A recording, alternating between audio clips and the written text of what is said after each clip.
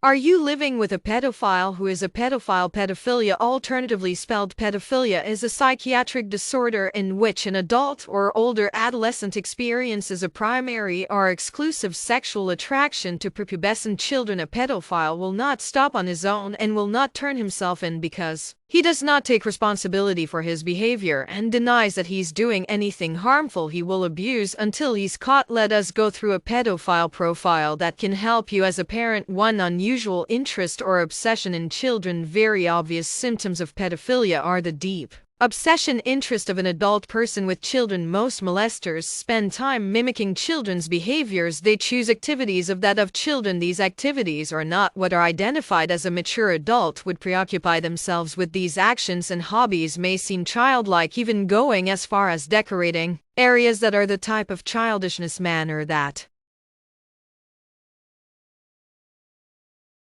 may be appealing to the age and sex of the victim. 2. A pedophilia will use affectionate terms to describe children. Pedophiles have a fascination with utilizing definitions to describe children. For example, angel, innocent, pure. Far more than anyone with this can be a red flag at no. 3. Noticeable imbalances, mental or mood disorders. It does not mean a person suffering from a mental disorder is a child abuser. Pedophilia falls under the classification as a psychosexual disorder. It can also be accompanied by other psychological and psychic diseases. Let's go through the 4th point, striking a good relationship with the victim. Pedophiles tend to be driven in developing and building strong, friendly, and welcoming relationships where the victims are manipulated. In looking forward to spending time with the pedophile, they usually are determined with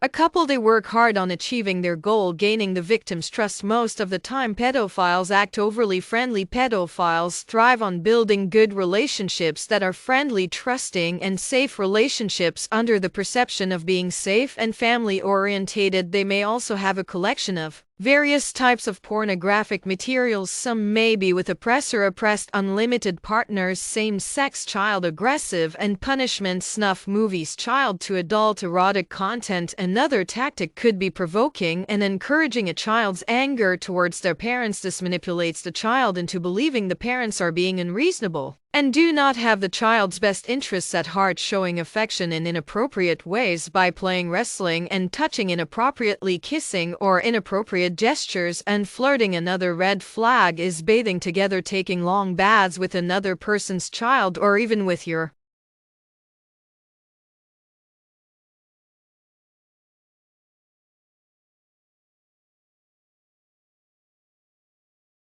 child. Does happen when children are babies to develop bonding between parent-child. This should not continue as the child develops. A non-family member partaking in bathing with your child is unacceptable. The closest relatives are the biggest abusers. You might see them going on drives alone.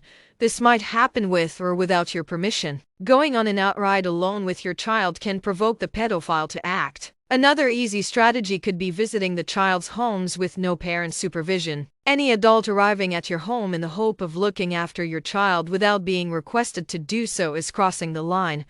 You have to look out for such generosity. Last but not least, a child staying over for sleepovers. It is not proper for a child to stay over at another non-family adult's house because the adult offered reasons, that is, go on a date night and I will look after. You both need a date night out.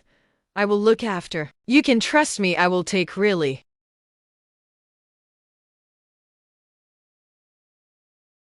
good care of. Look how feels happy and safe at my place. When it comes to family, look for any signs mentioned.